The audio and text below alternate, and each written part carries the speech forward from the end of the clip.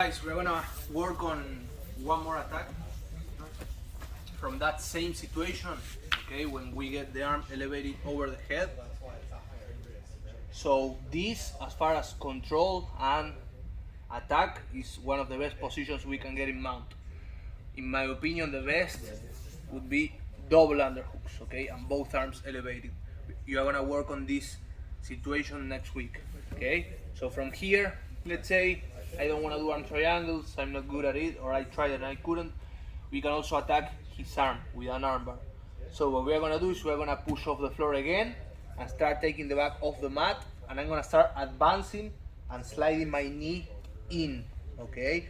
As I slide my knee up to his head, I start loosening up this grip, okay? And I start grabbing his head instead of his shoulder and lat muscle, okay? So as I slide, I grab the head and lift it off the floor, and see how I turn facing the arm that I want to attack, and I make like a pillow, okay, for his head. Once I'm here, I'm gonna reach his far arm and I'm gonna pull it off the floor, okay? Once I pull it off the floor, I'm gonna do like a semicircle with my other leg, and I'm gonna go to S mount, okay? From here, if my partner is smart, he's gonna lock hands. If he doesn't lock hands and he stays like so, I can just go right away, grab the wrist, and start either submitting from here or passing the leg over the head, okay? So what you can expect from somebody smart, yeah, he's gonna lock his hands. I don't wanna do this if I can avoid it, of just wrapping around and going for the armbar position, okay? Because now there's gonna happen a fight, okay, where I need to unlock his hands and he's fighting to escape. So if I can avoid that fight, that's even better for me. So from here, once we are here in S mount, before we try to attack the arm we have, I'm gonna start using my other arm to start wrapping around the arm that he's using to lock, okay? So probably he's gonna be with this kind of, yeah, figure 4 lock or rear naked choke lock. So I can go under and start using my elbow to trap his arm on my hip, okay? Now when Fran tries to use this arm to lock, it's completely trapped. Now it's safe for me to grab the wrist and either put the leg up and submit from here with the shin across, or I can also pass the leg over the head, sit back, and as I have the arm trapped, he can never lock his hands to defend himself, and I start going back, double wrist control, and I take the elbow to my hips. Remember, don't submit here, straight. See how much pressure Frank can take here. Okay? See how when I take the elbow towards my hip bone,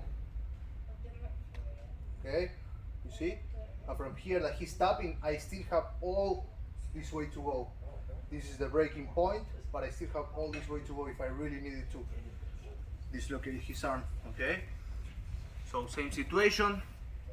You don't wanna attack the arm triangle, or you want some variation, you're gonna push off the mat, lift his back a little bit off the floor, slide your knee in, and now if you don't let go the lat muscle and the shoulder grip that is too deep, you're gonna feel that your own grip makes you get stuck, okay? So as you bring your leg up, I switch from grabbing the lat muscle and the shoulder to grabbing the back of the head, and now I slide the knee in facing the arm, okay?